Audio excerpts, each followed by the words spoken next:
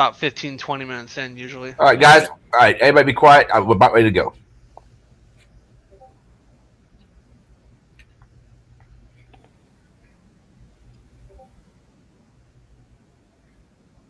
Hello, everybody. Welcome to Irongeek Cast number 133. Castmates choose names that are too long. How y'all doing? Thought we were doing that. Oh, yeah, we were. Sorry, I forgot. Sorry. You just said that. Screw it. We're doing it live.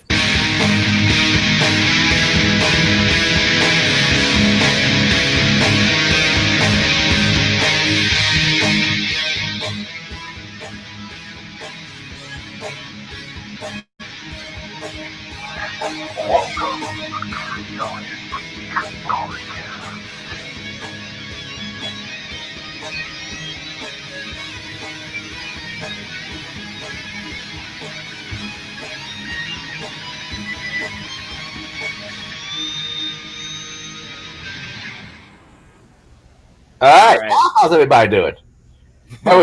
After that, we went from like 3 people watching to 1 person watching. They probably all just saw my face and was like, We're going up to 2, so we're okay now.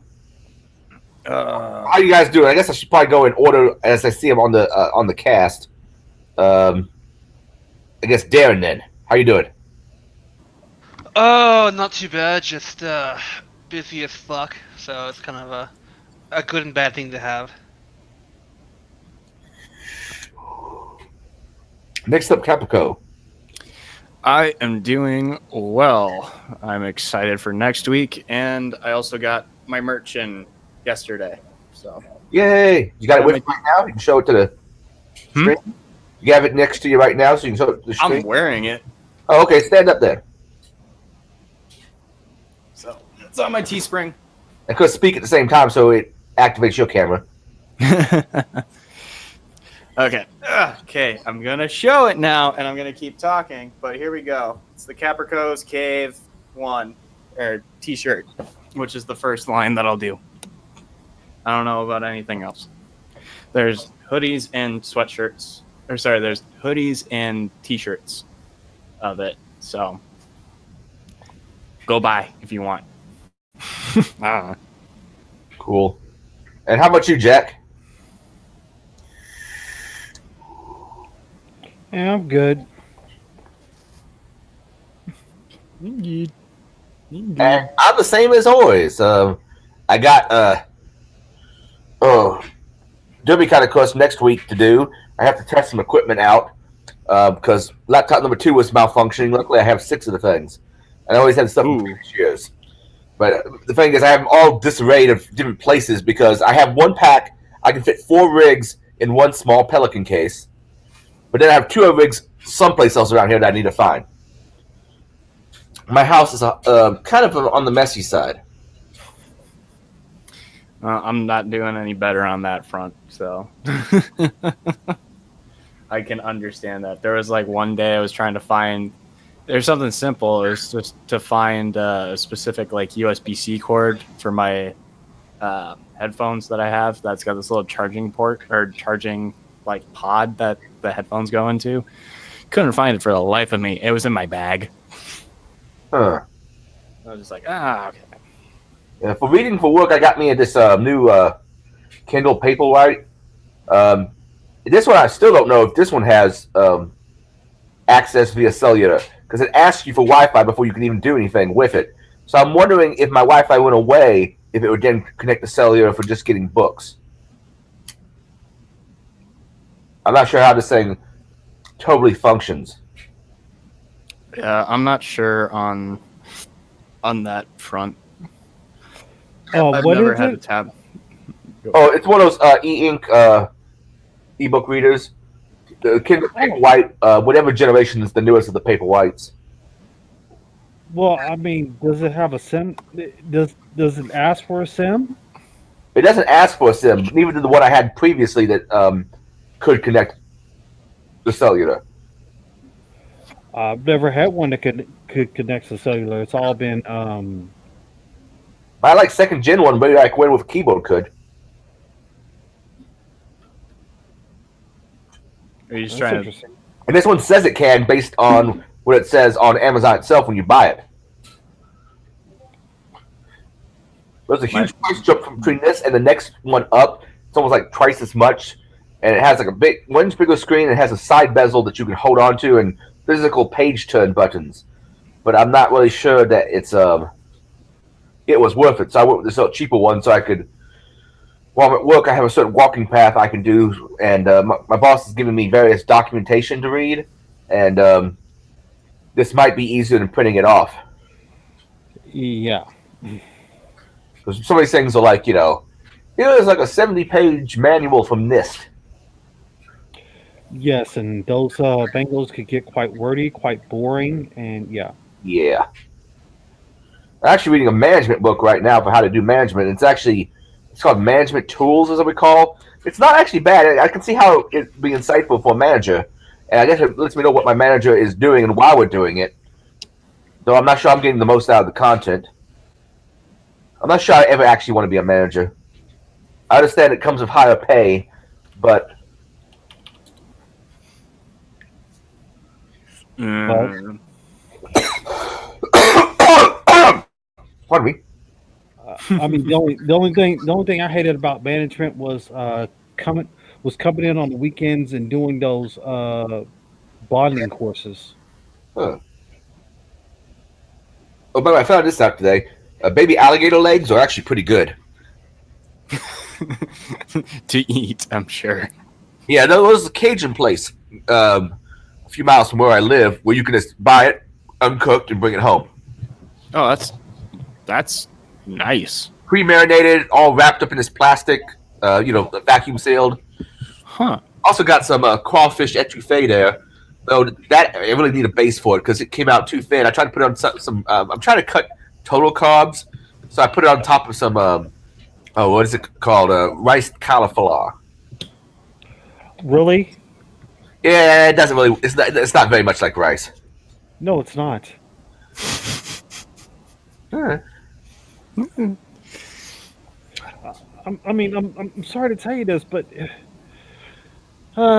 if you're really looking to lose weight, go with brown rice. I mean, fuck. Yeah, whole grain or maybe jasmine or something like that Yeah. because it's better than white rice. Yeah, and if you got like a Middle Eastern or like an Indian market near you, you can get jasmine for cheap, and you get a lot of it.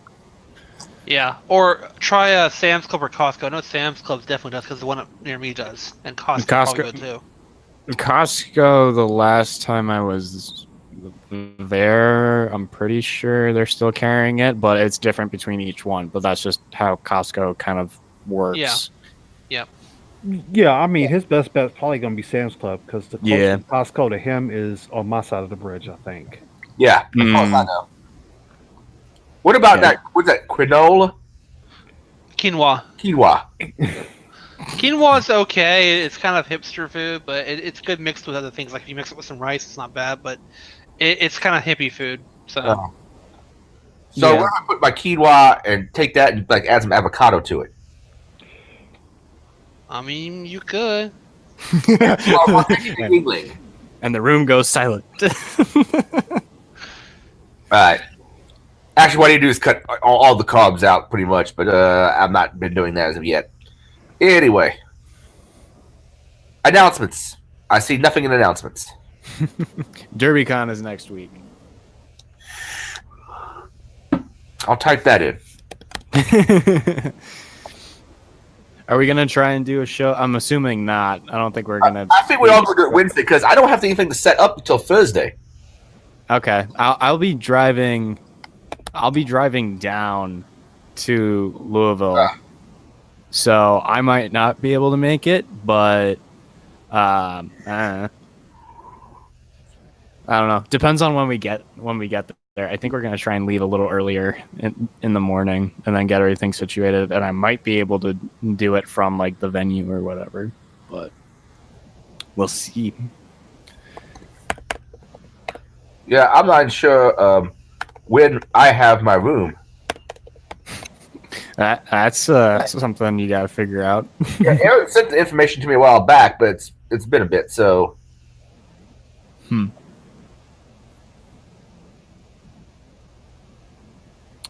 Interesting.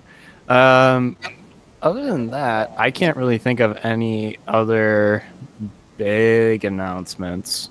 I think I have a cold. That's an announcement. Oh, good thing I've got my anti-con flu mask that I'm braying with. By next week, I'll have it fixed. I don't get sick too often.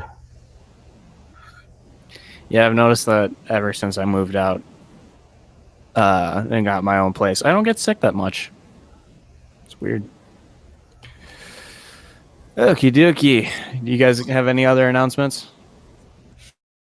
I do not. All right. So we will get into the breach report.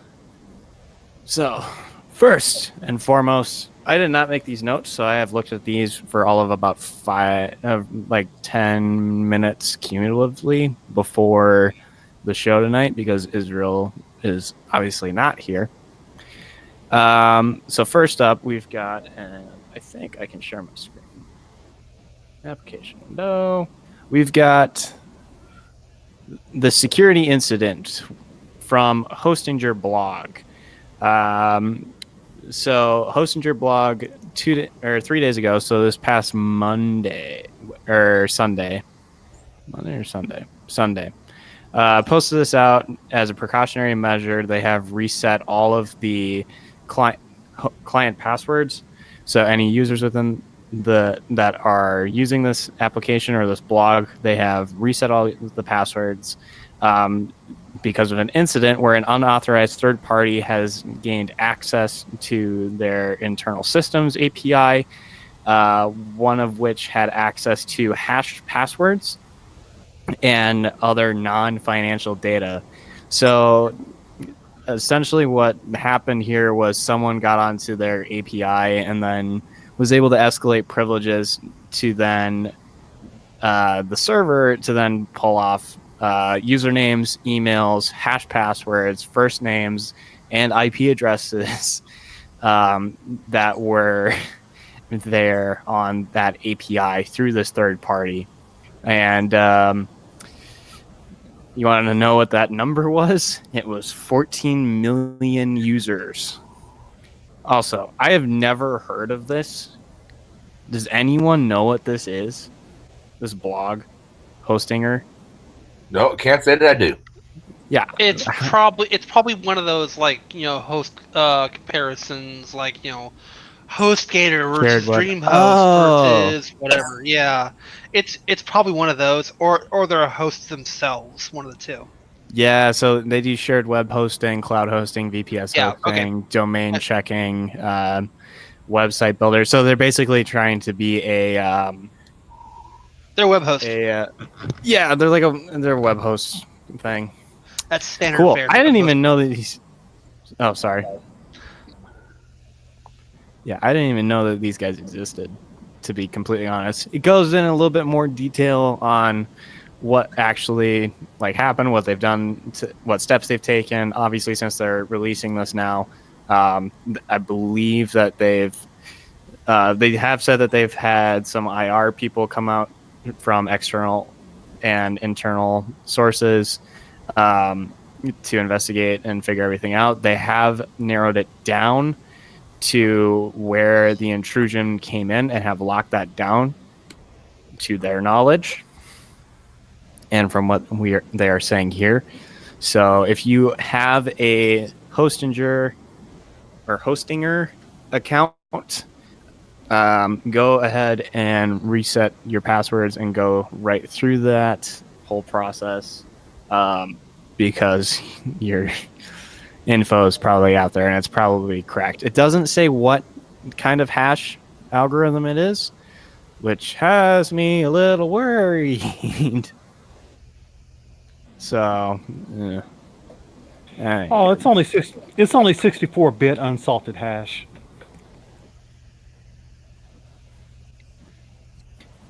Isn't that base 60? I'm not even gonna. Nope. No, that's an encoding.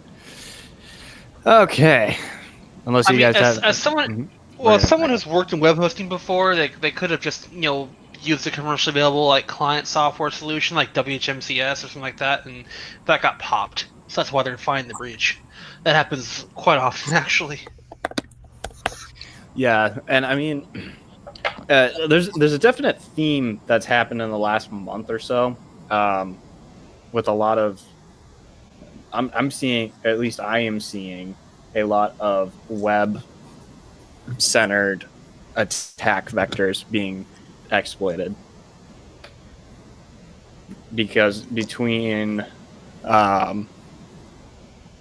Capital One's thing, which was that was a cloud issue with how they had some of their VPS stuff set up, and then that went haywire. Someone got an API key that they weren't supposed to get, and then now with this one, it's like, maybe someone is doing some targeting. I don't know.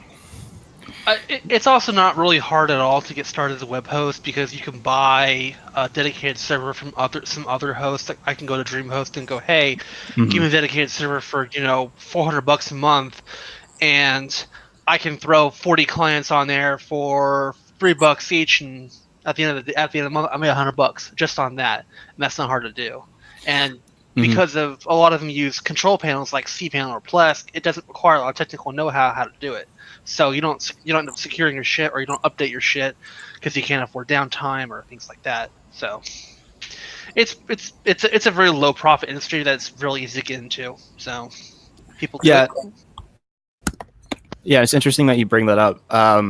Yesterday, especially the other hosting providers using VPSs of other providers to actually do like web hosting or something like this. So in kind of this kind of same fashion, we in Kansas City, yesterday we had the first Cloud Security Association chapter meetup, and we had Rich Mogul there, who is one of the he basically wrote the book literally on cloud security for the CSA, Cloud Security Association.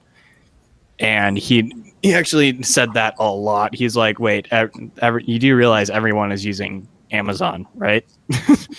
It's just everything is like Amazon is the backbone for most of their stuff. And it's like, oh, okay, that's not good. And I'll actually be bringing that up a little bit more later on, because it's actually pertinent to one of the other breaches that happened this week. Actually, yesterday. All right. So next up, we have a breach at Hy-Vee supermarket chain tied to sale of 5 million plus stolen credit cards and debit cards. So on Tuesday of this week, one of the most popular underground stores peddling credit card and debit cards data stolen from hacked merchants announced a blockbuster new sale. More than 5.3 million new accounts belonging to cardholders from 35 U.S. states with multiple sources. And that card data came from compromised gas pumps, coffee shops, and restaurants operated by Hy-Vee. Which is an Iowa-based company, and it's very big around the Midwest. So yeah, a lot of people around here suddenly started to change their credit cards, which I thought was really funny, because I have never been to a Hy-Vee. I've lived in the Midwest my entire life, never been to a Hy-Vee. They're mostly in Iowa. You'll find a few just outside Iowa, but most of them are in Iowa. I lived across the border in Wisconsin for a while, and yeah, you almost never saw us in Iowa. Yeah, it might have just been where I know there's one like down the street from me in Kansas here, and then there was one or two right around the college town that I was in southern Minnesota, and that, I mean, granted, I am literally just sticking around Iowa, but Yeah, this is bad. 5.3 million records, or million accounts or so were taken from this, and that is bad. It's very bad because that is a very big chain, at least around here, that it services a lot of people. And it's called the solar energy breach at the Joker stash. That's interesting. Never seen that before. But yeah, go read up on that. If you have been to Hy-Vee within the past, in the past year or so, I would switch and get new cards. Because chances are, out of 5.3 million, you're probably in it. All right. Employees connect nuclear plant to the internet so they can mine cryptocurrency. Wah, wah. So, the Ukrainian Secret Service is investigating the incident as a potential security breach. So, Ukrainian authorities are investigating this, as I said. There was a mining rig seized in July. According to the authorities, the incident took place in July at the South Ukraine nuclear power plant located near the city of... I'm not even going to attempt that. Jack, attempt. Why me? I don't know. I mean, look, my only the closest language to Ukrainian I speak is Russian, and I won't even attempt that. Yeah, I need someone else here for that. We need a weird name person. Confiscated equipment included 2 metal cases containing basic computer parts, but additional power supplies, coolers, and video cards, according to court documents. One case held 6 Radeon RX 470 GPU video cards, and the second 5 of those. Well, I mean that's one way of making sure that you have a mining rig where you don't have to worry about electricity and overhead. That's what I was about to say. It's like you literally could just hook it up to the power grid coming from the nuclear power plant. Oh, man. Did you imagine? Like, is that even... Okay, like, real talk. Or, like, sort of, like, hypothetical talk. If you were to have a nuclear reactor... and then have a mining farm. I mean, basically, that's what it is anyway. But have a mining farm of just rack upon rack upon rack upon rack of cryptocurrency miners. Would that actually be cost effective? Well, I mean, one, they're not paying for the electricity, so yeah, it's all profit. Yeah, I mean, well, if you had enough rigs to actually utilize the capacity of a even a decent nuclear reactor, yeah, you would have a couple acres worth of rigs. You would be very, very capable. But I mean, well, and then also then the only bottleneck would be the network itself. Yeah, but you could probably fix that. I mean, nuclear power plants wouldn't they be hooked up with at least fiber? Or, well, at least a decent gigabit connection. I can't answer that due to security, and I don't feel like going federal butt-fuck prison. So understood. We will make sure that you do not do that. I will not press any further on that. Apparently, this is not the first incident of its kind, and it reminded me of something. Which they then reference here. In February of 2018, Russian authorities arrested engineers from the Russian Nuclear Center for using agency's supercomputers to mine cryptocurrency. A month later, Australian officials began an investigation into a similar case at the Bureau of Meteorology, where employees used work computers to mine cryptocurrency. And then a month after that, in April 2018, an employee at the Romanian National Research Institute for Nuclear Physics and Engineering was also caught crypto mining at work. And we have covered it here, but I'm pretty sure there's some other stuff with the Monero mining stuff that is very similar to this, but who knows? Oofta. Lots and lots of crypto mining. Hey, but this one takes the cake on like that's probably the most cost effective way of doing it. All right. So we've got this one. This is another cloud Gesundheit. So I can't necessarily make it commute in time. I need to buy you a headset that's got a mute button on the wire for you, Adrian.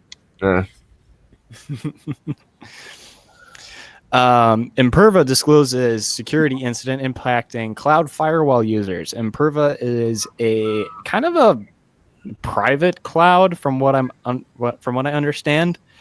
So on August 20th, 2019, we learned from a third party of a data exposure that impacts a subset of customers of our cloud web application firewall product who had accounts through September 15th, 2017 to, I believe, is the present.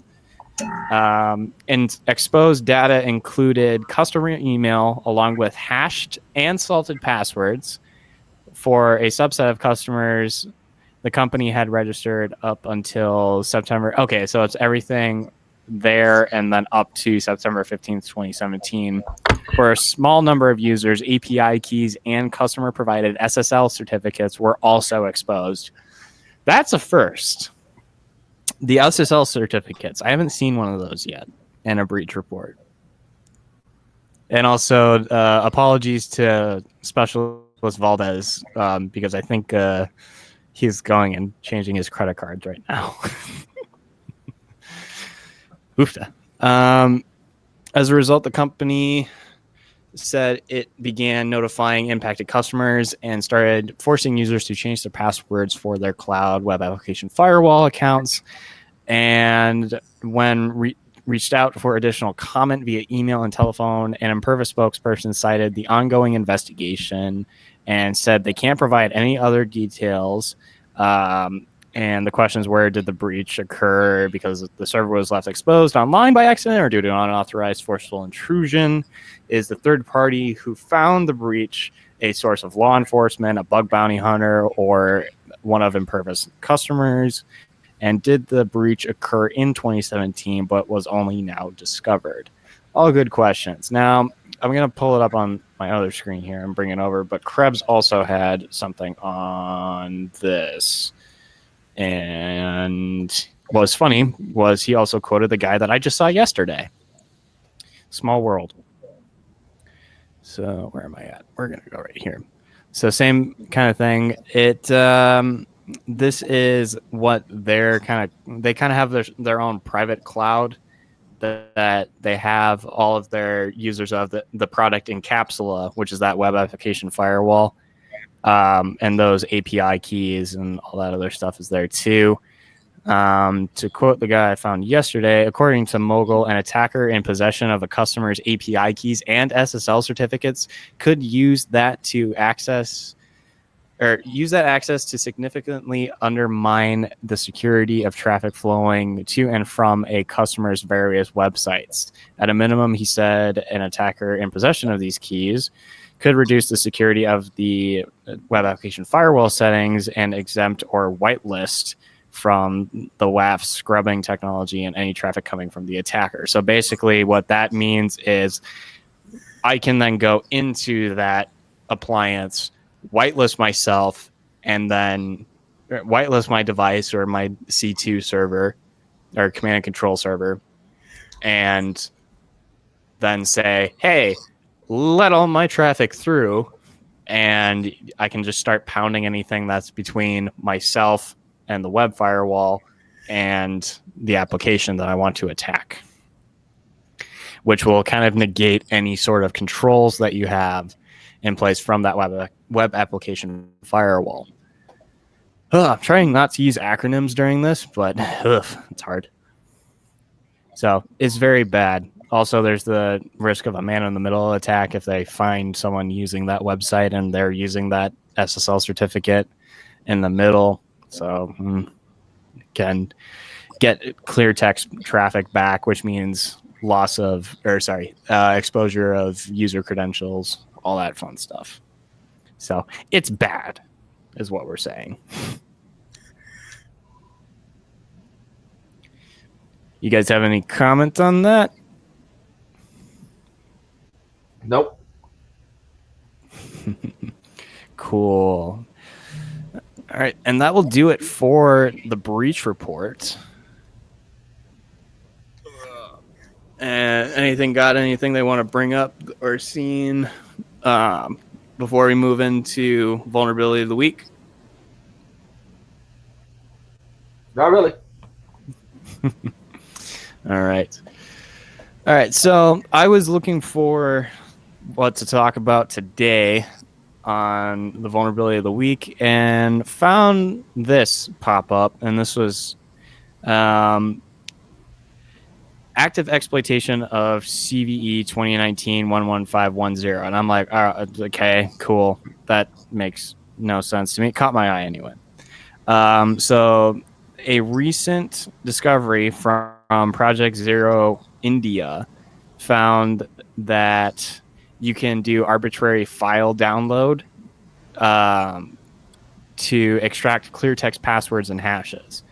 Now, the code for this I have posted in the show notes. It is also on Project Zero India's GitHub. It's labeled this. It's in the CVE folder that it is associated with. And essentially what it is, it's an LFI, local file inclusion. So essentially what that means here is it's kind of specified LFI, but what it's essentially trying to do here is whatever your target is, it's doing a ... up command, which means it's going to go up a directory, and then it's going to find, in this case, this guacamole folder, and then ... all the way up to Etsy password, or it'll go to So basically what it's trying to do is it's trying to look at where Etsy password is and try and extract that. It'll also extract Etsy hosts and all this other fun stuff. And this is going on in the wild now. People are trying to actively exploit with this. And I took a look to see how many devices were actually out there. 48 or so from what I can see on Shodan from just a quick query. And it's an HTTPS VPN. So it's kind of like, and it's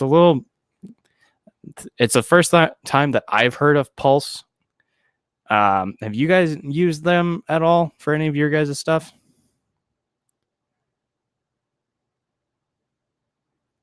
Okay. No, I haven't. Nope. Yeah, it's like an obscure one to me. So I guess it's a more obscure one to a lot of people too. But yeah, I mean, vulnerable, just another LFI, which kind of is. It's one of those things where I keep thinking that other than Bluekeep this year, where Bluekeep, the actual way to exploit it is insanely complex on how to actually create the query strings correctly and actually generate those to actually get shells. A lot of the stuff that I've been finding this year has been pretty simple, well-known attack structures. Like, here's how we would do this LFI. Here's how we do this normal, like, parameter injection or all this other stuff. It's not a whole lot like it was last year, where we were seeing a lot of the Spectre Meltdown stuff and a lot of the side channeling attacks, which took like 4 hours to explain what that was clearly. But that is vulnerability of the week. It is being exploited in the wild. So look at this piece of code if you're a defender and you need to defend your endpoints if you guys are using Pulse Secure VPN. And if you're an attacker and you're in a pen test and you're authorized to do this, or if you have a lab that you want to set up and then try this against, go for it. Links are in the show notes to all of those, including the Shodan post or Shodan query and the tweet that it came from. So that is vulnerability of the week. And next up, I'm actually going to move this over here. We've got vulnerable stuff. So we've got Google confirms 193 security vulnerabilities need fixing in Android 10. That is a lot. So, oh my gosh. It's not really a lot if you think about it. Yeah, it depends on the severity, though. No. Two of these are Android runtime itself, another 2 in the library, and 24 in the framework. The bulk, however, is split between Android Media Framework with 68 vulnerabilities and the Android system with 97, and all have scored as moderate severity. So it's really not that big of a deal, I guess. If you could chain them together somehow, then it would be an issue, I would think. But I don't know. Jack, do you have any more on that? No, not really. I mean, other than the fact that one, the version that they're talking about it's in public beta, so it's going to be patched before it's generally released. Yeah, I can see that. Well, and here's the other thing too. A lot of providers, I don't think, are going to have that there or readily available, because isn't it still that providers have say on the Android side of what goes out on their network? So like your Verizon, Sprint, T-Mobile. No, it's not like that anymore. Okay. No, I mean they can try, but I mean, yeah. At the end of the day, I guess if they want to start blocking, customers' phones and then saying, "Hey, we're going to force you to upgrade," which will end up, pissing off their customer base. Yeah, I can see that for sure. Yeah, the article goes into a little bit more detail on at least what Android 10 is going to do in terms of this, but it's like Jack said, it's in beta. This stuff will get fixed, and a lot of them, or all of them, are in a moderate standpoint, which is not something really to cry home about. But 193 of them, it's a little concerning, but until it starts seeing criticals, that's highs and criticals in my mind, that's when we got to start worrying. Okay. Bitdefender confirms security flaw in free... Stupid ads. In-site ads. Okay, stop it. Bitdefender confirms security flaw in free Windows antivirus 2020. Millions at risk. Update now. So if you have Bitdefender, antivirus 2020, the free edition, you are now subject to an attacker to just take over your Windows machine. On Wednesday, when did this come out? 26th.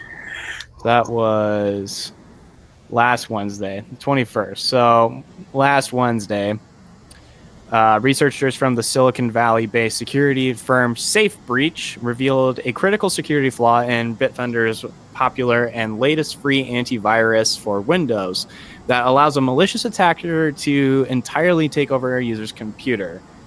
And to quote here. I've picked this particular software mainly because it's the most popular one, or it's a popular one, which is probably used by many users. So this kind of vulnerability has a big impact.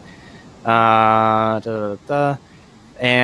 it was DLL hijacking was the way that they got in here. And I believe there was... I thought there was a link out to this somewhere within the article. But essentially what they were able to do was just hijack BitTorrents, Bitdefender's DLL that was probably already running in a escalated privilege, which then means if you were running anything from that, you were essentially in a Windows environment, the system or their version of the root user on that system, which is bad because if you're an antivirus software company and your virus lets attackers take over a machine using your program, this is very bad. So they're probably fixing that ASAP. And I don't know if a patch has already been out yet, but it sounded like that there is one that is out.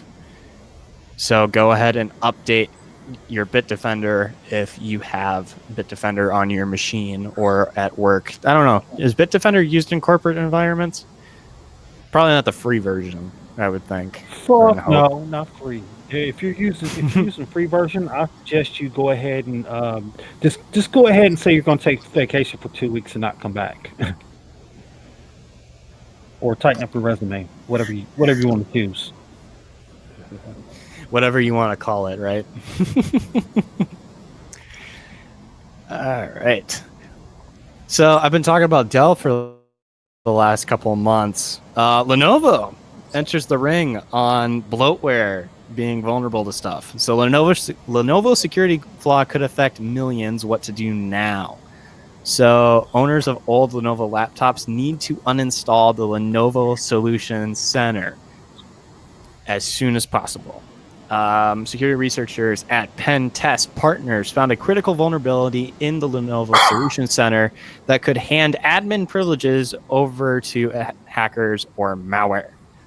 So same thing that we've kind of seen with the quote unquote bloatware or machine assistance managers or whatever with Dell that we've kind of gone over in the past couple of months. Lenovo is now in that same boat as well. And I saw another article today saying that this vulnerability has been present since 2011.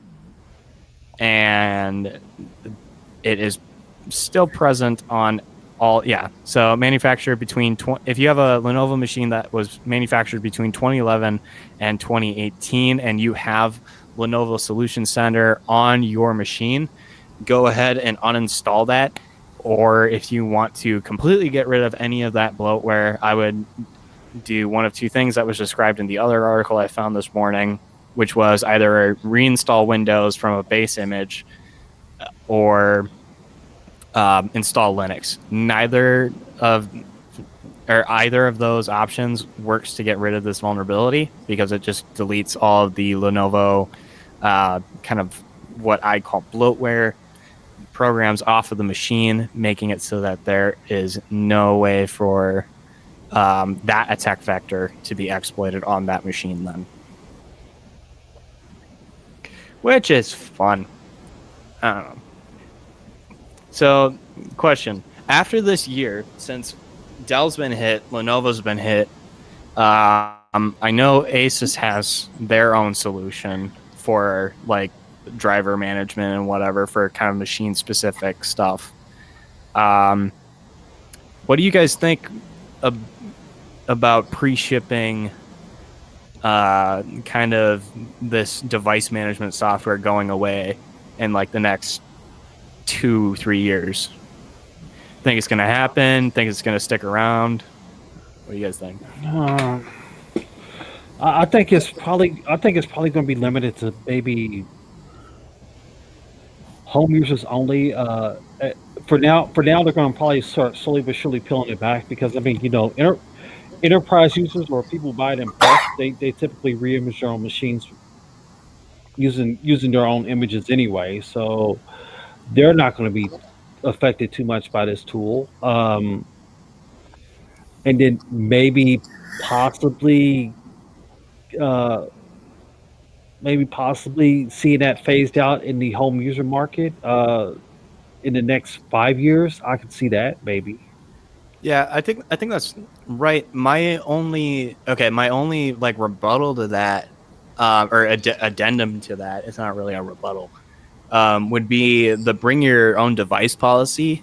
Is if you have a company that is bring your own device and someone brings in a Dell or a Lenovo laptop that's pretty old, it's got all the bloatware still on it, or they just bought it and it's got all the bloatware on it. Um, is that something that you think places are going to audit what you bring in what you bring in on those devices? Well, okay. So say the company does have that BYOD policy. Typically what the IT department is going to do is they're going to set up a VP, set up a virtual network, and Mm-hmm. section that shit off from their main network. And the only way you can even access their network will be through a remote connection. So it's still using your device, but you are connecting to a virtual machine in the cloud. Okay, yeah, that makes sense. I'm just wondering about the places that because that sounds smart to me. I'm just wondering about the places that don't have the resources to do that kind of stuff, and they're more of just okay, just bring in your device and start working. Because, and granted, this was at my last job where it was all students, and we also had very minimal infrastructure for what we needed in terms of like servers and whatever like that. Most of the stuff was done on our device, and there was one instance that I remember where we actually had the CISO of the university run down to our office because one of our developers had accidentally put malware onto their machine that was redirecting all DNS traffic to somewhere in, I think it was Turkey. And I was like, what? And we had to reimage that laptop on the spot. And within the next weekend, it was at the end of the week, and within the weekend, I get in, and someone else had reimaged that laptop, and they had taken care of it. They had notified me and whatever. So I was like, all right, cool, good job. And then I get there, and that same developer is there, and I walk over, and they ask me, it's like, hey, this doesn't look right. And I'm like, what? And they go, I'm pretty sure I put the same malware back onto my machine. And I'm like, what? Okay, okay, and I'm sure that person was never allowed to touch a computer again. Correct? I, I, I found the problem, and I told them stop going to that website. No, I mean because typically what And I stop downloading stuff off of that website. well typically what I would tell people is do what you can handle. So hey, for first time your machine gets affected, we'll let it slide. Second time, not so much. That's when they start to see the evil side of me. And then the third time, third time, you just might as well just go ahead and submit your resignation and not come back. Yeah. I mean, second time I was a little miffed because I was like, okay, you gotta, like, I saw her, like I literally saw the DNS on the machine get changed while I changed it Like I tried changing it to just Google's DNS 8.8.8.8, and before I could close it, it had already changed it back to that same address, and I was like, "Oh man, come on!" And so had to go ahead and re-image the laptop again, and it was whatever. But that's my kind of point. I tell that story because that's something that can happen. And if people are doing a bring in your own device, you don't know what's going on in people's, or where people are taking those devices. Then you don't know if they're taking them into coffee shops, putting them onto, if they're getting war drived or whatever. I don't know. That's just kind of my worry in terms of this whole bloatware kind of being targeted thing. So I don't know. But yeah, the one of the employers I previously worked for, they kicked around, and that became a solution where essentially their device would just become a thin client. So, like that I see as a very smart and very good solution to that problem. I don't know of anywhere else that has a bring your own device policy that is the case.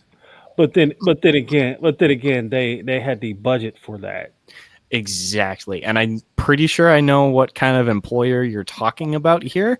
So that's great to know on that front.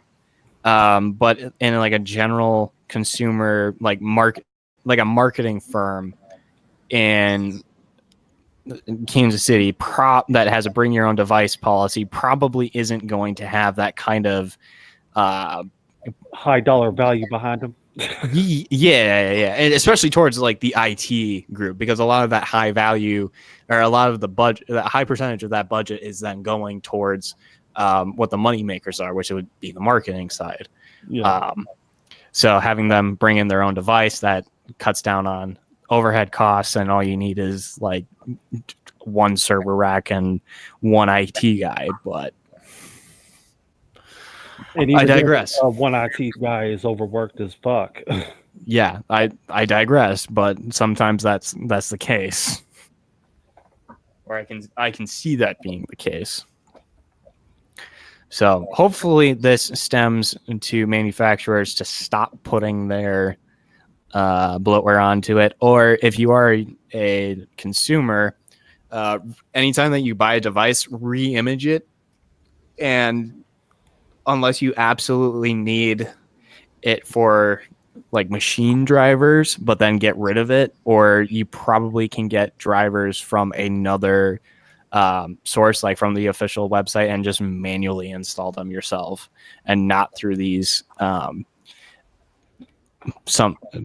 most likely vulnerable tools that are from the manufacturer. All right. And next up, I found an interesting article. So 5 vendors accounted for 24% of vulnerabilities in 2019 so far. And so risk-based security reported today that VulnDB aggregated 11,092 vulnerabilities with disclosure dates during the first half of 2019, with CVE falling behind at 4,300-ish entries, according to their 2019 mid-year vulnerability quick view report. So the top 10 vendors for this year are so far are software and public interest, so Debian and more, which is kind of a no-brainer. SUSE apparently has a high vuln count from them too. Oracle is up there. That's not super surprising. And then IBM is number 4, and lo and behold, Microsoft is number 5, which I would have thought Microsoft would be number 1. But I think a lot of people are having more. I think, at least on the Microsoft side, people are looking for higher class and like or higher severity ones, and those take a lot longer to make. Or a lot longer to give into. So 5 major vendors accounted for 24% of those vulnerabilities in 2019 so far. Further analysis reveals that 54% of the 2019 vulnerabilities are web-related. 34% have public exploits. 53% can be exploited remotely. And that 34% of the 2019 vulnerabilities do not have a documented solution. That's what we call in the dev world a won't fix tag. Additionally, if any organization is using vulnerability scanning, they can simply not know about all of their assets. For example, if they're not scanning the entire IP space or using a scanner that is unable to identify 100% of their assets, then devices and servers may go unpatched. And that brings up a good point in terms of what you should be doing on the corporate level inside of your guys' networks. Try and get a trial of Nessus, VulnDB, whatever, some sort of vulnerability scanning tool, because not being able to see that kind of 10,000 foot view into what your vulnerabilities are that are present within your network, that's a big deal. And knowing what the overall risk, even just from a scanning perspective, is, you can use that as ammunition to get a lot of stuff done.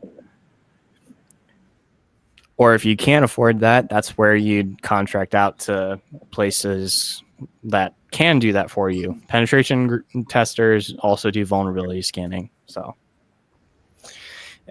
and you get a nice report with it as well. But yeah, I thought that was a little interesting, kind of a overall. Sorry. Gesundheit. That was more of a call. I don't know, Gesundheit. It's just fun to say. And apparently it's regional. But yeah, interesting article. And last but not least, every week we put up the web security, the vulnerability summary for the week from the CISA.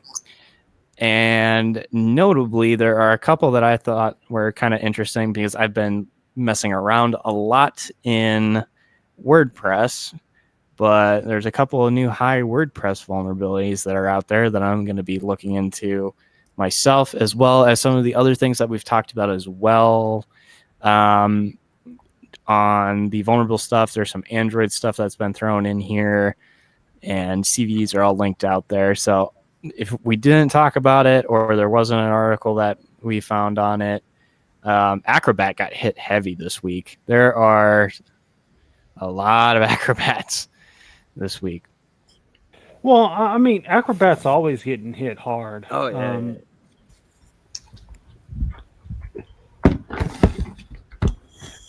I remember having to roll updates for that particular software once a month when I would have to do updates on my systems.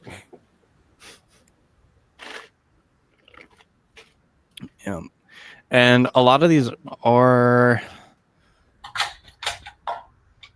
a lot of even the mediums, Acrobat. There's a group out there, and Israel linked it to me a while back.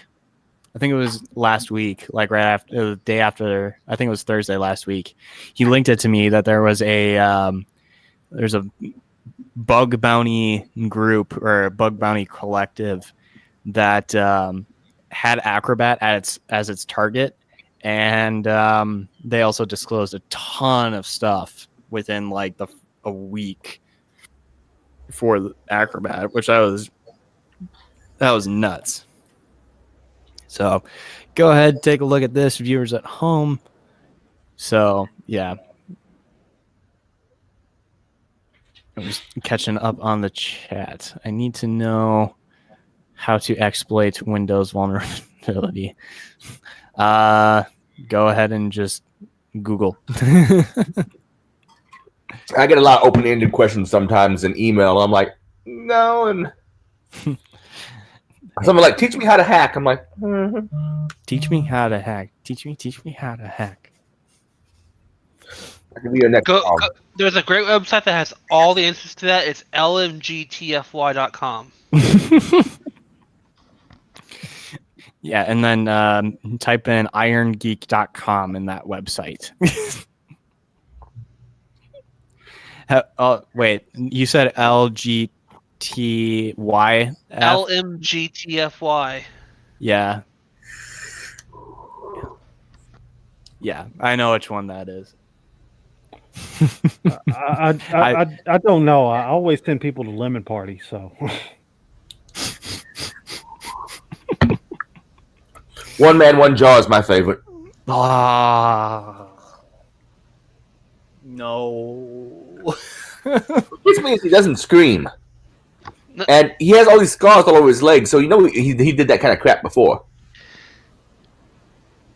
Not my proudest fat, but okay. What? Okay. I remember. Oh man, that's been forever. Remember, like TeamSpeak servers? Well, I guess I'm the youngest one here, so just sending that to people in like a TeamSpeak server and be like, "Hey, click this," that we're just unassuming, and then you just get that shock value out of them, and they're like, "Oh God, what is this?" Well, that was also back in the days when URL shorteners were still new, so people didn't really recognize them. They thought, oh, it's just another URL. Okay, what's this bit.ly link? Yep. That's actually how I got a scammer to stop bugging me. Was I went to Bitly and I made the Goatsy image a Bitly link, and then because the scammer was this Apple, like, oh, you need to reset stuff on your Apple account real quick, or something's been compromised, you need to go in and reset it. And so what I replied back with was, I can't actually do that right now, but here are my passwords. They're at this link that's a download to a PDF file, and I'm pretty sure they clicked it because they stopped bugging me after that. Like, I haven't seen any of those emails anymore. Fun times.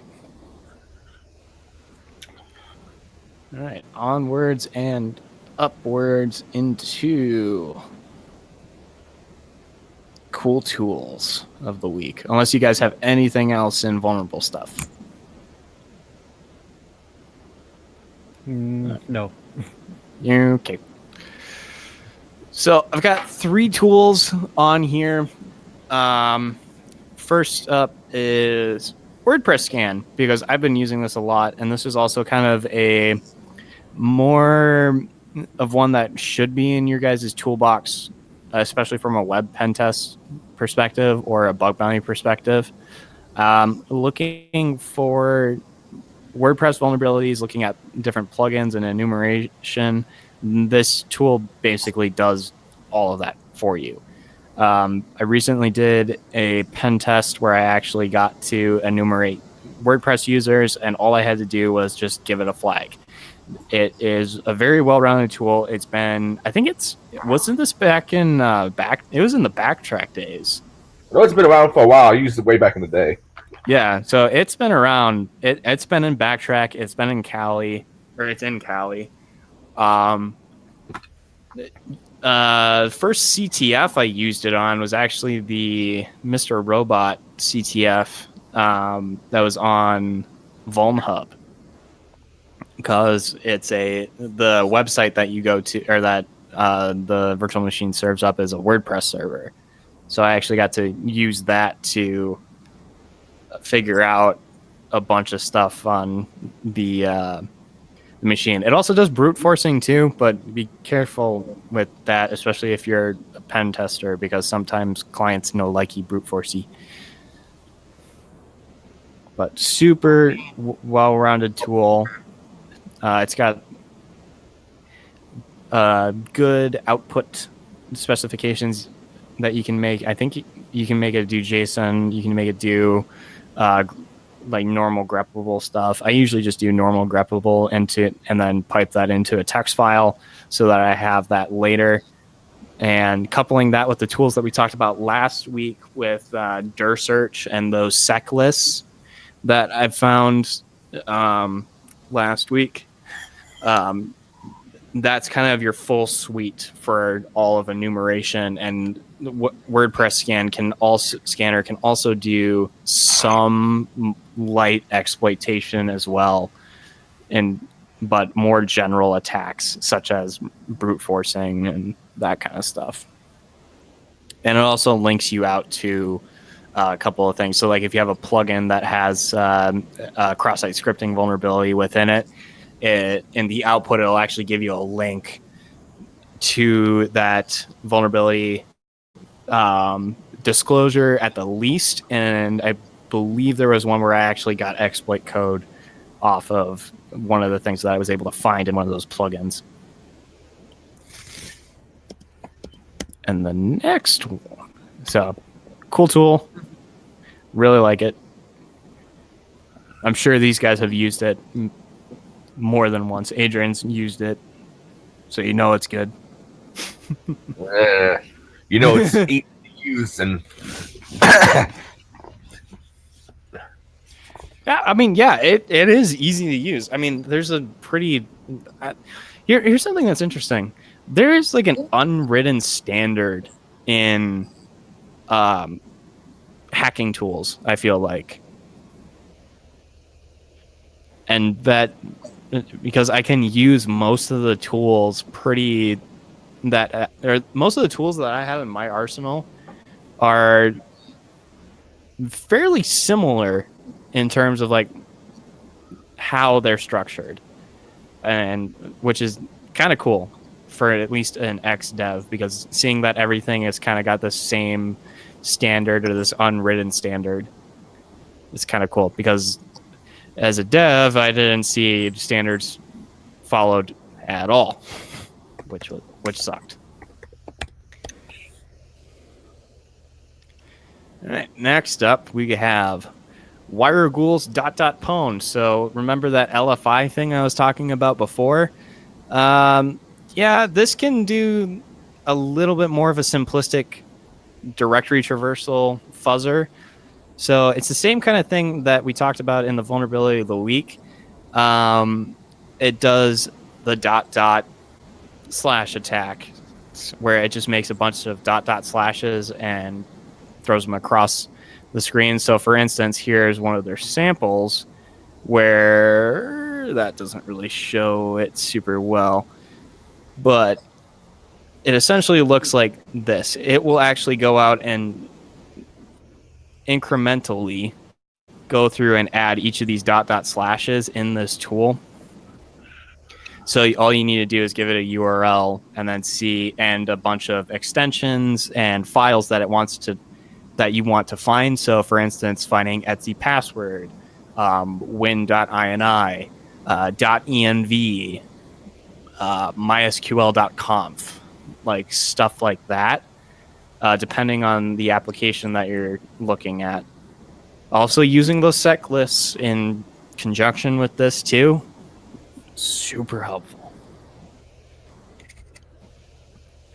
Then last but not least, since we talked about cloud stuff a little bit today, I'm going to throw one of these in here that is cloud specific, and he hasn't worked on this for a little bit.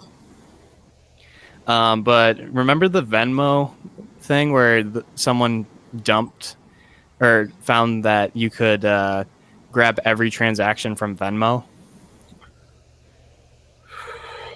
No, I don't recall it, but Okay, so about a month or so back, someone found the Venmo API, you could still grab all the public or all the transactions were still public to the internet. Yeah, that was actually my buddy from college that found that, and he's also the author of this tool, which scans S3 buckets and actually does different checks to see what is actually available to you on an S3 bucket. So in an instance that you might use this would be if you're pen testing someone's infrastructure and they have cloud infrastructure and also are utilizing S3 buckets. So very specific tool, but also something that when he first used it and he just went around to sites like Reddit and whatever for research, he was finding thousands of buckets left and right that were left open to the internet that were not supposed to be open to the internet. So cool little tool here. Very simple. Just go ahead and take in a list of different IPs and buckets. And then also if you want to dump them, you can just grab all the data that's off of them too. So that is it for cool tools, unless you guys have any other ones that you want to throw in the hat. Nope. Okie dokie. So that is it. So I will, on the written show notes that I have, we do have some other stuff, but I'm going to take a break from sharing my screen real quick here. And there we go. Apparently, if I turn off my camera, it turns off screen share, but it doesn't turn off screen share. Weird. Oofta. I went through that really quickly, so we got to figure out something to talk about. All right. Virgin Australia and others are banning MacBook and Pro models from checked luggage. Are they having battery issues like those Samsungs were a few years back?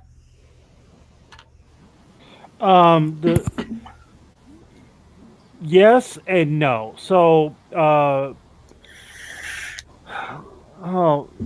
yes, there were certain MacBooks that were having that issue, but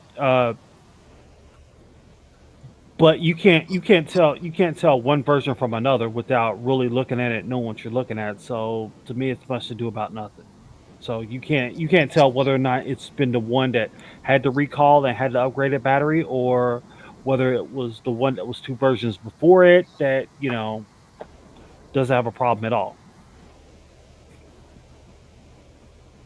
So the article says that it's any MacBook between 2012 to 2015 to be carried on instead of checked. And very few, if any, serial number checks are being made. Right, because we've all been through TSA. Do you think they really give a fuck? Yeah, no. Well, okay, so we're also talking. They give a fuck about liquids and shit that they can very obviously spot, but going into the minutia of whether or not this is a MacBook, that's whatever. I doubt TSA, and this is in Australia, right? So I don't know what their whole thing is going to be over there, but if it's anything like airport security is here, they're, like Jack said, they're looking for the obvious stuff. They're not going to be looking around or take the time out of people's days, weeks, or whatever to have them memorize what serial numbers for Apple's was it the MacBook? Yeah, MacBook Pros are actually being recalled, and have this. I doubt that's just really dumb to me. So and also there's because the way that Apple does a lot of their serial numbers is they have like a major year, and then they also have like a mid of that year. So they have like a mid-year where they like put out an upgraded version of that as well to kind of keep people enticed, I guess. Mm-hmm. But then I still have friends that are running like Macs from 2012 I've got a 2013 that I just need to resolder the or reball the GPU in, or buy another motherboard for it. I'm just waiting for those prices to go down, and then just have it be a weird box. It's a lot faster just to reball it. I had to. I've also heard a lot of I've also heard a lot of issues come from reballing it too. Well. I mean, I had to do my girlfriend's 6 months ago, and it's been going fine ever since. I'll just bring mine to DerbyCon and have you do it, and then you can bring it to me when you next time that you show up to Kisimo area. No. One, I won't be in the area, and I'll tell you offline. Well, if you were paying attention, I won't be in the area. Got it. Whatever. Yeah, whatever. Whoops. Anyway, cool. Apple, yeah, no. There are like 4 different serial numbers per each year. So 4 times 20, that's a lot of just 8-digit codes to memorize. Nope. Just big nope on that one. All right, next up in other stuff, we've got removing validation of your data from Facebook advertisers. Not yet available for me. Maybe it is for you. So what is this? Now you can see and control the data that apps and websites share with Facebook. Okay. Who put this one in here? Was this Adrian? It wasn't me.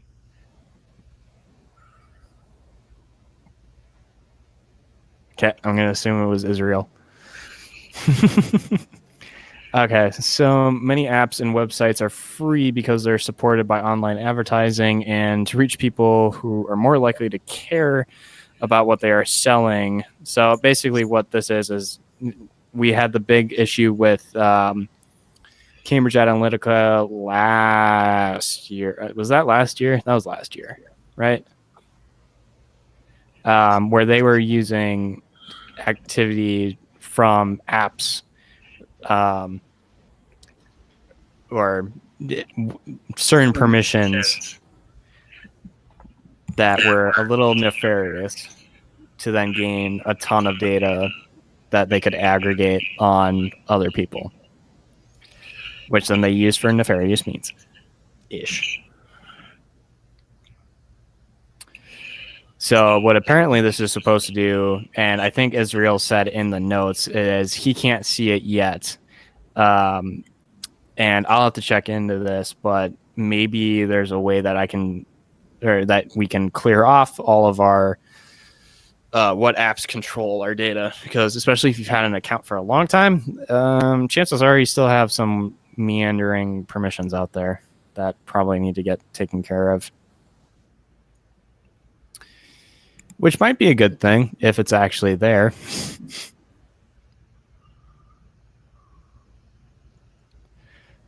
Cool. So this next one's kind of funny. So Valve says turning away researcher reporting Steam vulnerability was a mistake. And Israel, who put this one in here before I assume it was Israel? Okay, I'm assuming it was Israel. So Valve backpedals after being morons, to quote Israel. Oh, man. So Steam, we covered this a little bit. I think it was last week or the week before that. So a bug bounty program, or a bug bounty hunter tried to disclose something to Steam and then got banned for it because Steam didn't like what he had to say. So he went ahead and put it out publicly and they have now backpedaled and said, all right, we screwed up. And so in the past 2 years, we have collaborated with and rewarded blah, blah, blah, blah, paying out over $650,000 in bounties. We look forward to continuing to work with the security community to improve the security of our products through the HackerOne program. In regards to the specific researcher, we are reviewing the details of each situation to determine the appropriate actions. We are going to discuss the details of each situation or the status of their accounts at this time. They better get ready to pay a lot of money to this dude, because not only did he get banned, but he also kind of like screwed over your entire company. Although in Steam's track record, this is usually where they hire people. That's what happened and how CSGO is a thing, or Counter-Strike's a thing. They saw something that they liked and then they hired them. Oh boy. All right, so quick reminder, end of life for Python 2 is on the 1st of January 2020. So New Year's Day, Python 2 gone. We can't be using, well, we shouldn't be using it anymore. End of life. It won't be supported anymore. So if you have stuff written in Python 2, I suggest updating it if you haven't already done that. Unless someone else put that in here, that's all I got, and I'll move on to the next one. Yeah, two weeks after that, Windows 7 goes EOL fully. The extended support fully ends at that point, so there's a lot of businesses still using Windows 7, so I still have it. you got about 4 months. Yeah, you got 4 months to get the fuck off of it. That's basically it. So you can pay for extended support, maybe, but it's at least $25 plus per machine if you want to do that. All I use that one upstairs per for. year. All the one I used my one upstairs was porn anyway, so it's okay. That thing's probably stricken with malware already. The experimental browser on the Kindle Paperwhite, it really doesn't work well with Pornhub. The things that I did not know I would learn. For that. Just want you to know. No, it's not. It's not meant for that. Now, if you said you used the Kindle Fire for Pornhub, I know for a fact that works. That was fine. Yeah, I've done that before. Yeah. It also works with XXNX, as I recall. Well, I mean, but then that's the same thing as that one place that's known for post videos. Post videos? X videos. Yes. XXNX is the same thing as X videos. It's just different layout, same videos. Oh, I didn't know that.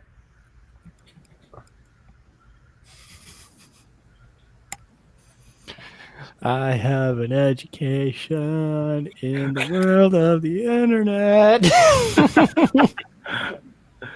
All right, Black Hat sued. This one's kind of interesting. Okay. I don't have all the details on it, so someone give me the breakdown on this. Oh my god. So, did you read this one, or do you want me to go over? Because I put it on there. You go through it from a high level, but I did like research on this one a little bit this week because we were like, what the? Okay, yeah. Okay, so did you go to Black Hat, Cappy? I didn't. I did not. I saw the backlash, and I saw a couple of the people that I follow and have met were on that board for the call for papers. So they were like, oh, shit. I think the only one, maybe Charles, but I think the only one from the cast who went was probably Israel, because I think he went there. It was Israel. Yeah. Yeah, Israel was there, but he was working. Well, he would have probably seen this bullshit, so he would at least get a first-hand perspective. But so there's a company called Crown. Sorry about that. There's a company called Crown Sterling. Yeah, I can't even say the name right because my body wants to reject it. But They spent over $100,000 to do a demo. Well, not really a demo, I guess a presentation on what they called a Time AI at Black Hat, which is a artificial intelligence based cryptography that uses like multiple dimensions, and it's just this whole fantastical shit that sounds like it. And pretty much because of how fantastical it sounds, most people at Black Hat were like, "You're full of shit. Get the fuck off stage. You have no idea what the fuck you're doing." Yeah, yeah. If you're talking about Yeah. multi dimensions, and knowing how computing works, yeah, you're not working in multiple dimensions. You're only working in one at most. If Yeah. you watch their promo video for explaining how this works, I'm literally like, okay, so it's myself and my coworker who actually has a minor in mathematics, and we were watching it and we're like, this makes no sense from any sort of level. Like, it literally was buzzword after buzzword after buzzword that you literally could have just Googled this. Like I said, something about the Fibonacci sequence making this one thing, and then the quasi primes were things that were in a pattern, or like an established pattern. Yeah. In an established pattern of Fibonacci. Fibonacci is already an established pattern. Here's the thing of about numbers. it involves, quote, multi-dimensional encryption technology, including time, music's infinite variability, artificial intelligence, and most notably mathematical constants to generate entangled key pairs. Oh, yeah. So in other words, it's just a random number generator. Yeah. Yeah. All right. So it's told based upon a paper, quote, accurate and infinite prime prediction from novel quasi-prime analytical methodology by the founder, and it was submitted to a basically a research quote journal called Archive, which accepts submissions without peer review from anyone. So it's not even peer reviewed. So I did some more research into what this company actually looks like. So like who works there, what it like. I was interested just to see like, okay, maybe on the off chance this is not marketing BS and this might no, it took me 5 minutes to find this. So I looked at them up on LinkedIn, and here's the entire team that came up with this revolutionary new encryption algorithm. Here's their lead cryptographer. Once it loads, here's their lead cryptographer. Here's something about he's a composer. What the fuck does he know about cryptography? Alan Green is a British-born, classically trained pianist, composer, author, educator, and Shakespearean authorship scholar. He's been signed to 5 major record labels, including Arista Records, ABC, and CBS, with whom he had a top 30 hit. Okay, what does that have to do with this? His personal experience before this is he is a visiting lecturer at Full Sail University and a CEO of Bard Code, which I have no idea what that is. And there's nothing on him in terms of cryptography, and he somehow gets the director of cryptography role at this company. All right, cool. All right, whatever. One weird musician. They've got that music piece. I'm okay with that. And then I go to this. Here is this dude. This dude cracked me up. So this guy, conduit of unified physics for the Resonance Science Foundation and faculty member of the Residence Academy. I'm sorry, but that's a fucking mouthful for I believe in pseudoscience bullshit. Yeah. This guy, an experienced musician with a demonstrated history of working in the music industry, skilled in musical performance, lecturing, event management, social media marketing, design, photography, curation, and teaching. So he's a social media manager at these guys. That's fine. Their lead programmer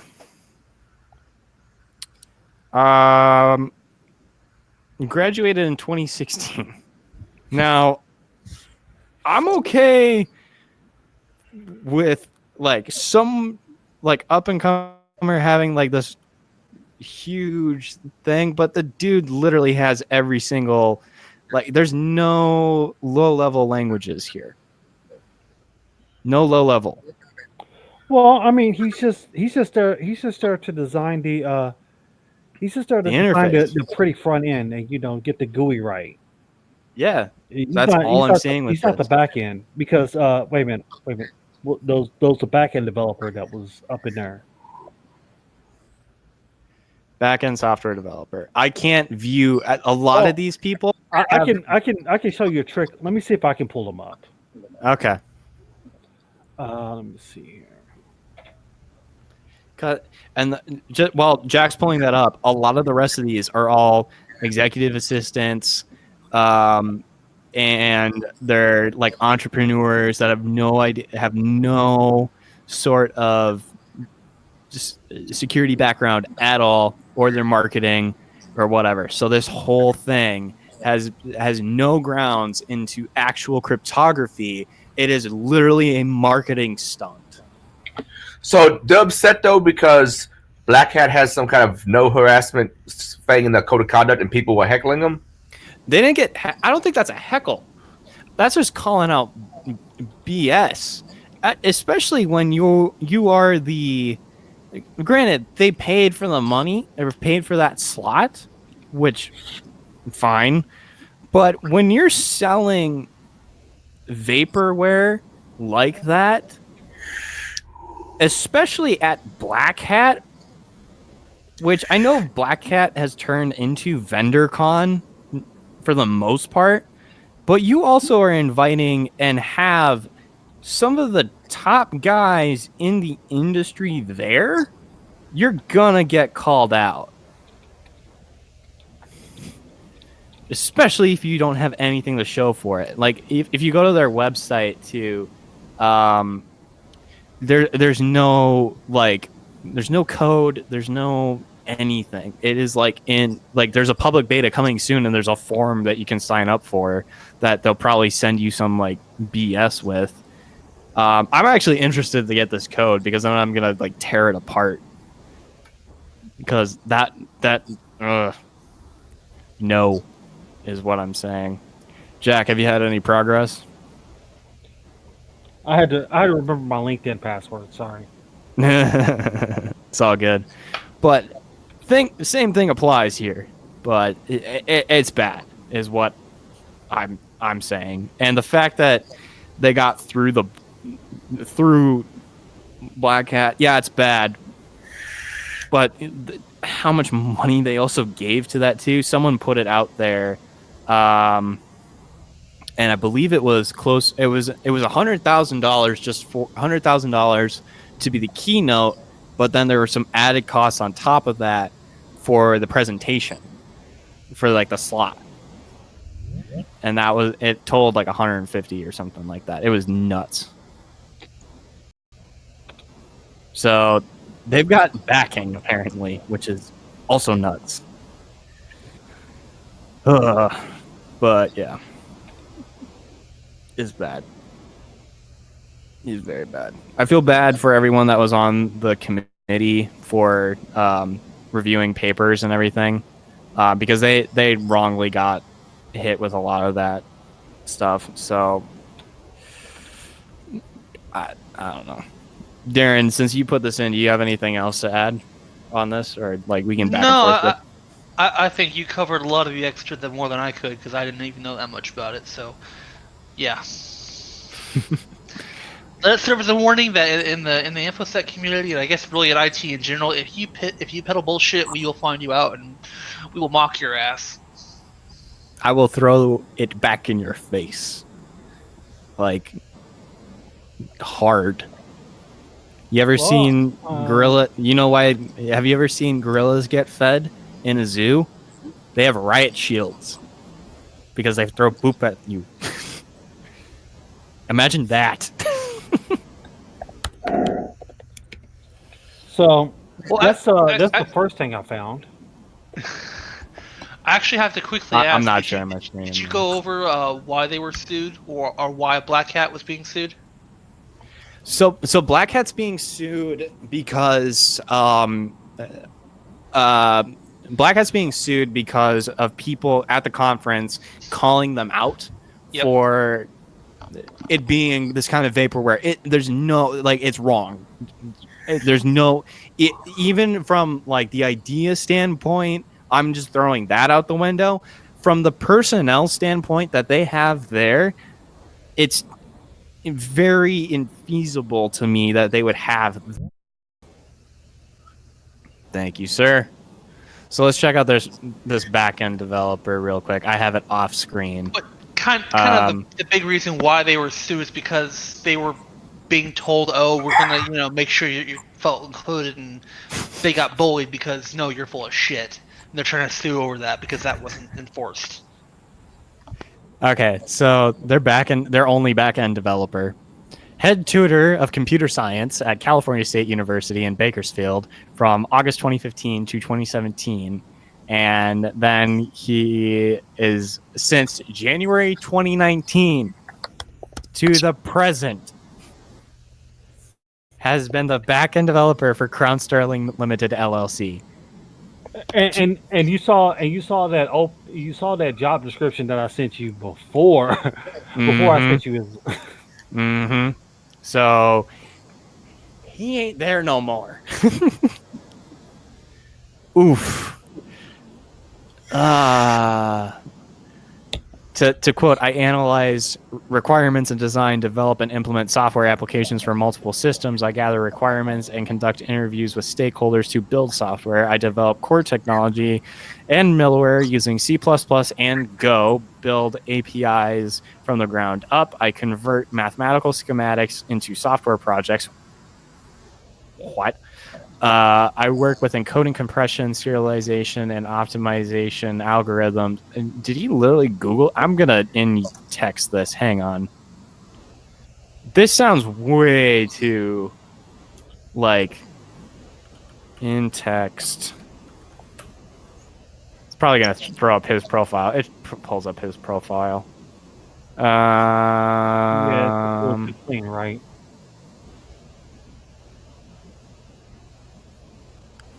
Nope, it is a paraphrase from a Introduction to Software Engineering. Ooh. That's what I'm looking at. Information technology archives.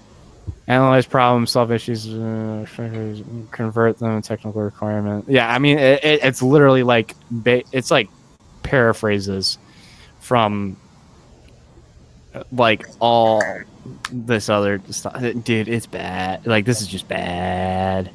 This guy also is their one backend developer, and he hasn't been there. He's only been there for 8 months. He ain't there no more. He just graduated too, so eek. He's a smart dude though. 3.7, I guess. And he has a master's. He's like the only qualified person there.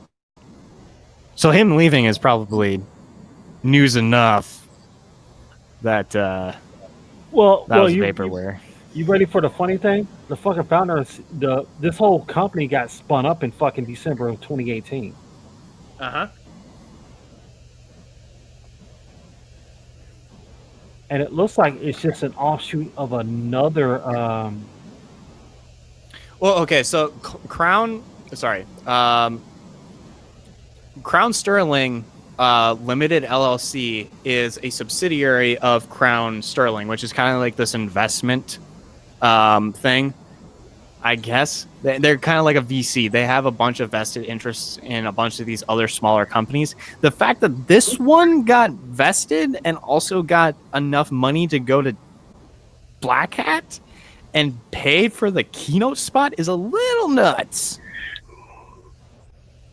Well, if you could afford to pay for it. Who's investing in them? That's what I'm thinking. Like, who looked at the... I'm like, I want those marketing employees to show up at my office, and I will offer them a job in social engineering.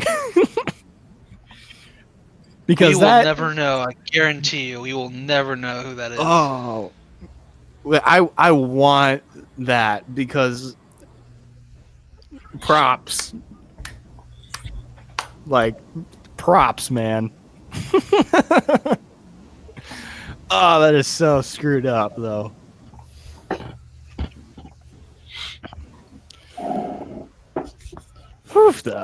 Our current projects include integrative technology stack that changes web architecture forever. View images below for descriptions of our projects. Who's that from? That is from the offshoot. That's from the offshoot company that I think it came from. And it's not Crown Sterling, whatever. It's Superluminal, what the fuck ever. Strangely, I've heard of that. Superluminal Systems. That's been around since 2013. That's probably not done anything. Yeah. All we know is that Black Hat has now been getting sued for this because a group of people called out this for their bullshit, basically. And they are. From a personnel standpoint, there's no way that this is the case, that this is actually a viable product. The fact that it's done, like it's one and done. But Black Hat is backing its attendance now. They know that they screwed up, and that this is again bullshit. So I don't see that suit going in the favor of Crown Sterling at all. I can see this going in the form of going towards the defendants in this case, where Crown Sterling is suing Black Hat, or the Black Hat attendees. Black Hat is suing Black Hat and its attendees. Yeah, it's bad. So they're shooting themselves in the foot. If this was like the end goal, to sue a hacker, one of the big 3 hacker cons, you played yourself. I mean, what do we have the contract to go after them with? I'm sure the contract didn't say something about these people can't criticize you. Yeah, I mean, I don't even think that applies. If you're also, as far as suing the individuals, my understanding is slap laws might apply. I'm not sure what they have, depending on jurisdiction. But have you heard of slap before? No, I'm unfamiliar with a lot of legal terminology. Strategic lawsuit against public participation. Basically, it's a nuisance suit that someone files under the hopes you to shut up because you don't have the money to pay a lawyer.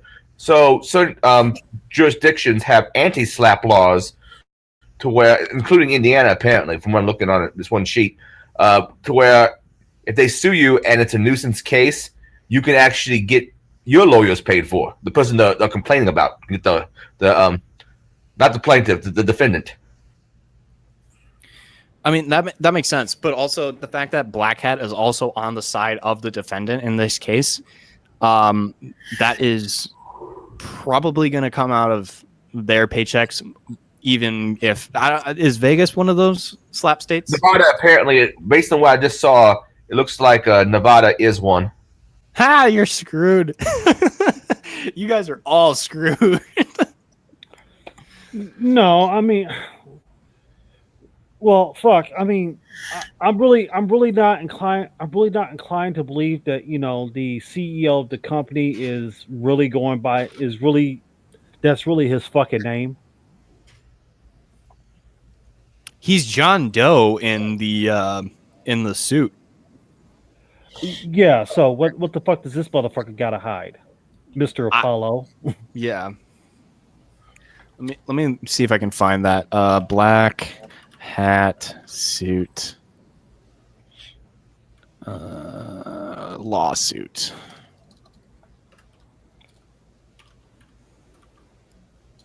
Let me look this up real quick. Alleged snake oil crypto company sues over booze in a filing. Here we go. Found the PDF, which is also on a WordPress website. I could scan this website with WPS scan, which I will not because I am not allowed to at this point.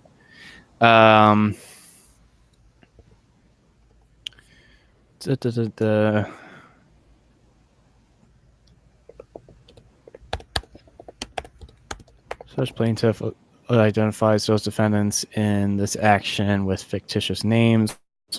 Plaintiff is informed and believes that each of the defendants designated as does is legally responsible, at least in part, for the events and actions constituting the conduct damaging plaintiff. Plaintiff in here case being Sterling or the snake oil guys. Plaintiff will seek to amend this complaint to identify and include the actual names and capacities of such defendants after plaintiff has determined such data. So they are like going after Black Hat. So on information and belief after reasonable inquiry, plaintiff's membership is completely diverse from Black Hat USA membership, and the amount in controversy exceeds $75,000. Blah blah blah.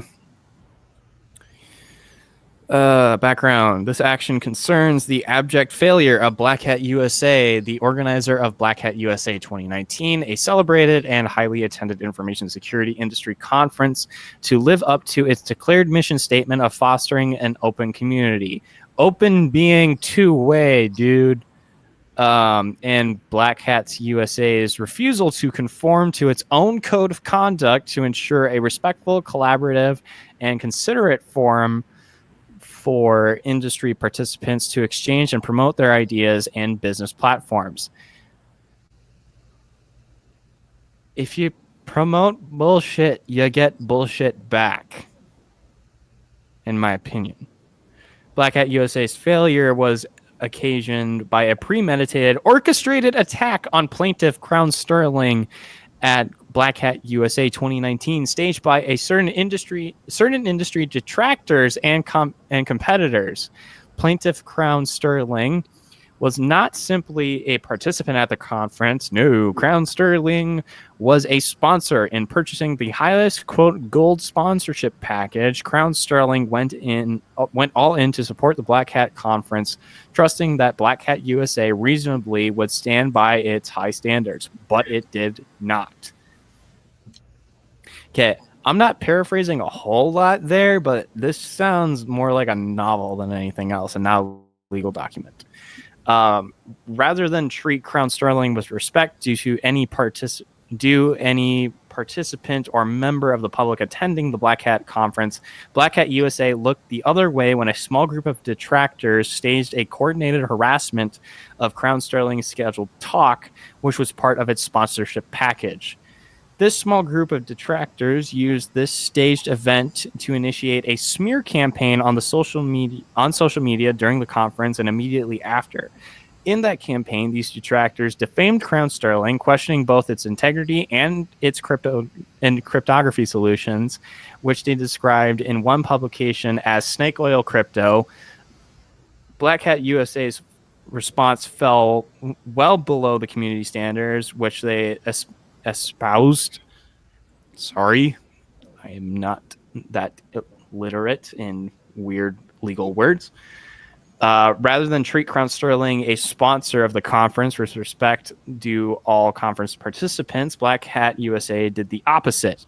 It made public statements and took actions which had the direct effect of validating the defamatory attacks on its own sponsor, rendering Crown Sterling's sponsorship agreement a nullity and causing damage to Crown Sterling.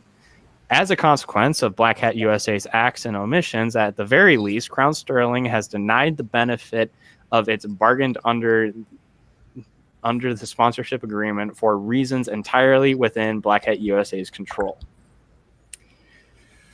Oh boy. So they become a gold sponsor of Black Hat, and they're pissed off at Black Hat because people called them out at Black Hat, and this is why they're suing. They're suing Black Hat. They're suing Black Hat because people called them out for it being wrong.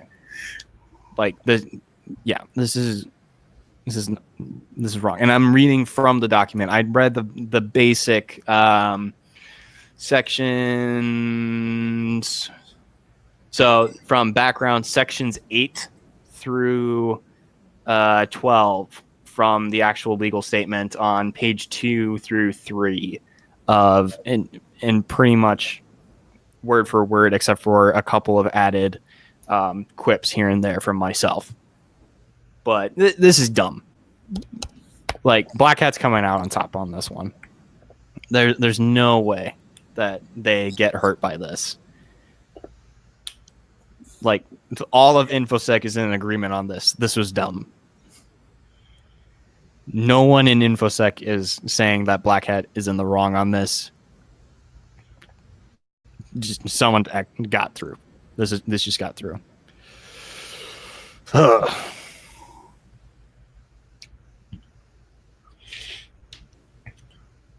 There's no way that thing can be true. And go watch the video, and if you can explain to me what they are saying in that video and what their product actually does and if it's actually feasible, my Twitter is in the show notes. Well, I mean, look, it's always this is how I've always had things explained to me. If you can't explain what you do to a small child, or what something is doing to a small child, and they understand it, then odds are you're probably getting taken for a ride. Yeah, I'm at that same mindset too. Like, if you can't explain what you do poorly. Well, like, you know those tweets where it's like, explain what you do for your job poorly? It's like, I break into places. That's literally what my job description kind of is sometimes. But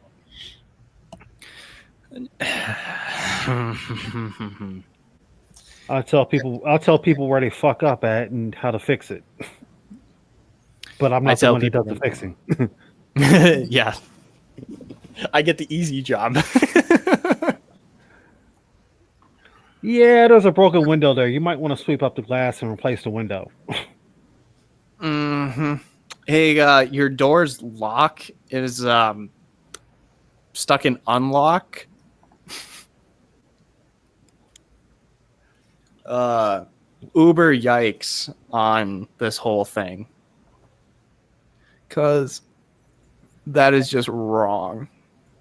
Oh, and by the way, you got a homeless person living in your warehouse, so you might want to get on that.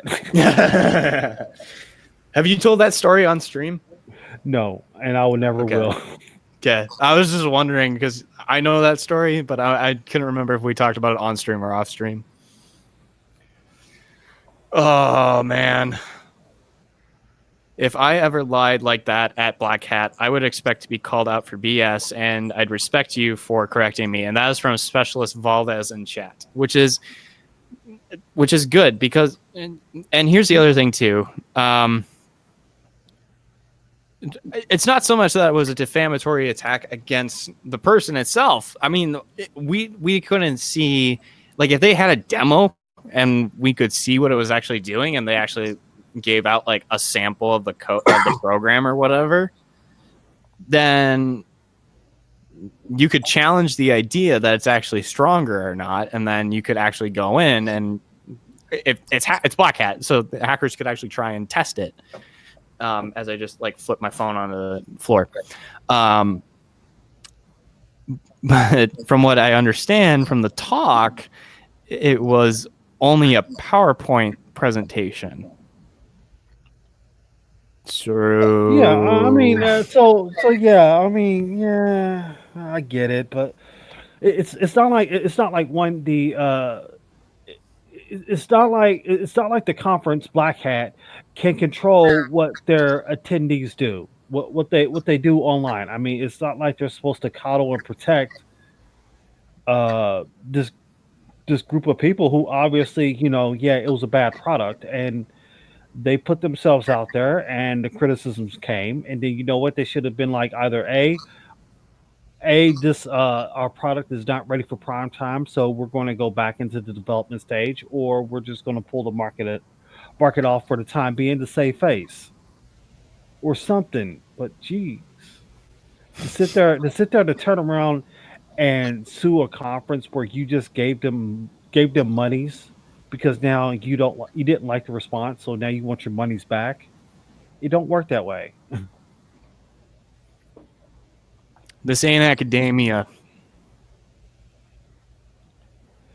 They hurt our feelings. You're not in college anymore. Get over it. Well, You can't lie to experts, man. Like, especially there. Like, you literally tried to go. Like, you were the dog that went to the neighbor's yard and pooped on their lawn and said that it was chocolate.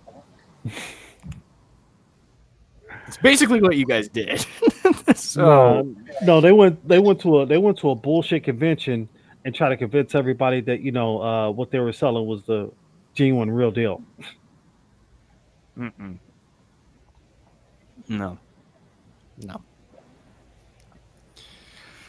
Oh, man.